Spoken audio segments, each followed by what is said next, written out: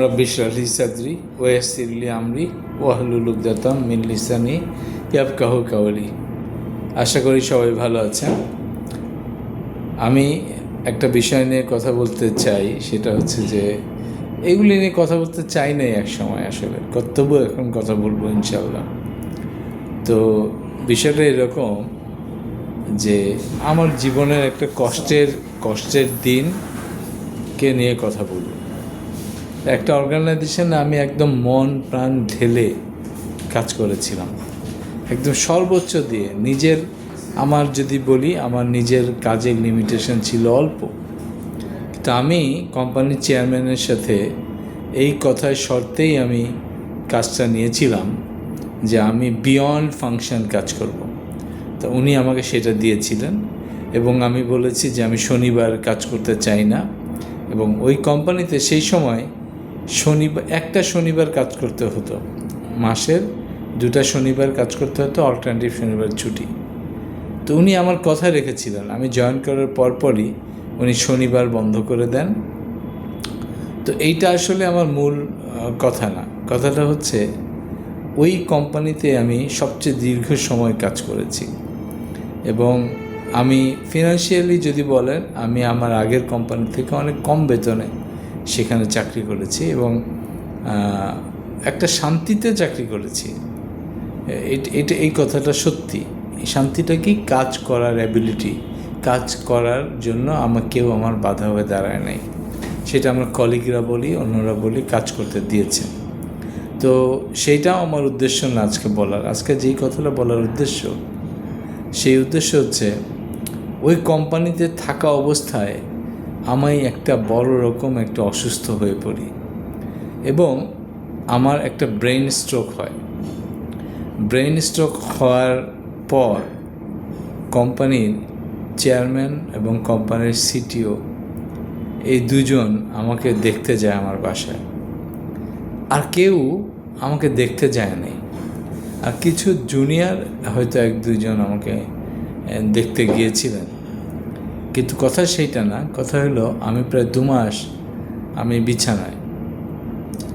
তো 2 মাসের মাথায় আমি হঠাৎ একটা ফোন পেলাম কেন? কারণ আমি 2 মাস তো ইমেল চেক করতে পারি নাই। আমাকে একজন ফোন করে বলল, আসেন আপনি আপনার ইমেলটা চেক করেন, সো আপনার ইমেলটা চেক করলে আপনি বুঝতে পারবেন। তা আমি ইমেলটা চেক করতে যাই এবং কষ্ট করে সেদিন অফিসে যাই।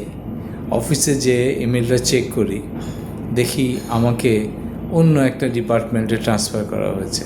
যে আমি যে কাজ করতাম, কিন্তু আসলে ডাক্তারের মতে আমার কর্মক্ষমতা বিন্দুমাত্র কমে নাই। কারণ আমি চোখে একটু সমস্যা হয়েছিল, একটু মাত্র হাতের মধ্যে নামনেস ক্রিয়েট হয়েছিল, যেই কারণে আমি কাজ করতে অসুবিধা হতো। তা আমি সেই কোম্পানিতে পরবর্তীতে কাজের হেল্পের জন্য আমি একটা লোকের সাপোর্ট চেয়েছিলাম, কিন্তু আমাকে সাপোর্টটা দেওয়া হয় নাই।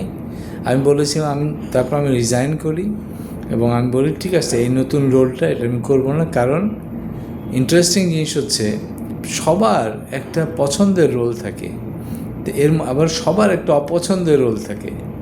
আমার একটা অপছন্দের রোল তারা জেনে গিয়েছিল এবং তারা সেই রোলে আমাকে ট্রান্সফার করে দিয়েছে, যে কারণে আমি রিজাইন করি। এবং আমি যদি সত্যি সেই রোলটা করতাম, তাহলে তো আমি প্রফেশনাল ডিগ্রি নিতাম, নিয়ে আমি ওই রোলটা করতাম। আমি তো ওই ডিগ্রিতেও আমি নিতে চাই নাই। কারণ কি? ওই রোলটা আমার পছন্দ না, আমার ভালো লাগে না। এবং যারা করে তাদেরকে আমি সম্মান জানাই, কিন্তু আমার ভালো লাগে না, আমার বিংয়ের সাথে যায় না। তো এই কথাটাও বলার জন্য আমি করি নাই। আমি যখন চাকরি ছেড়ে দিলাম, তো স্বভাবতই চাকরি ছেড়ে দিলে মানুষের একটু খারাপ সময় আসে। তো আমার ছোট মেয়ে তখন অনেক ছোট, তখন একটা কথা জিজ্ঞেস করাতে আমি আসলে খুব অবাক হয়েছিলাম।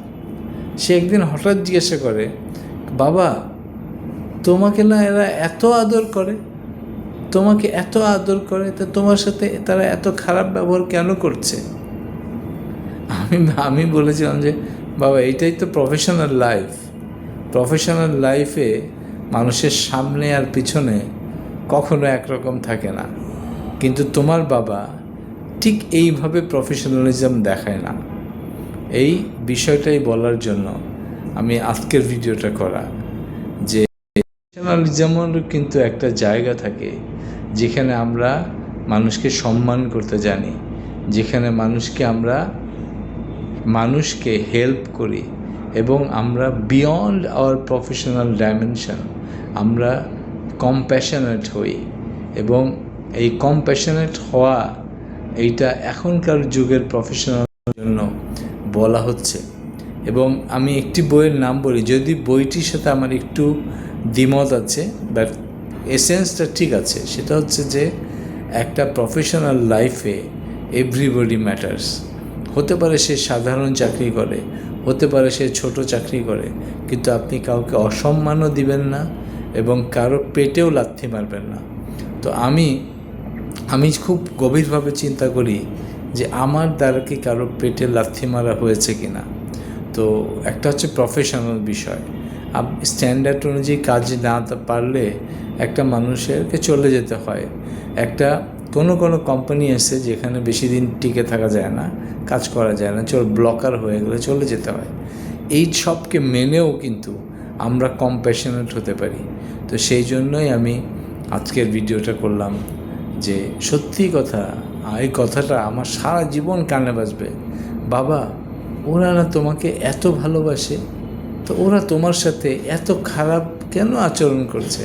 আমার মেয়েটার তখন বয়স অনেক কম, আমার মেয়েটার বয়স তখন অনেক কম, 5-6 বছর বয়স। তো আসলেই তো এইটা দোষ তো আমারই। আমি একটা সুন্দর ভবিষ্যৎ করতে পারি নাই। সারাক্ষণ মানুষের ডেভেলপমেন্ট করবো এই চিন্তা করেছি, সারাক্ষণ কোম্পানি ডেভেলপমেন্ট করবো এই চিন্তা করেছি, কিন্তু নিজের যে ডেভেলপমেন্ট করা দরকার এটা আমি ভুলেই গিয়েছিলাম। তো এই বলে শেষ করতে চাই যে আপনি যাই করেন, নিজের ডেভেলপমেন্ট করেন এবং নিজে একটা ভালো সঞ্চয় করেন, এবং সঞ্চয় করে আপনি একটা ফিনান্সিয়াল ফ্রিডম অর্জন করেন। ফিনান্সিয়াল ফ্রিডমটা হচ্ছে, চাকরি হবে আপনার অপশনাল, চাকরি ছাড়াও যেন আপনি টিকে থাকতে পারেন সেই চেষ্টা আপনাকে করতে হবে। আনটিল নেক্সট টাইম, সবাই ভালো থাকবেন।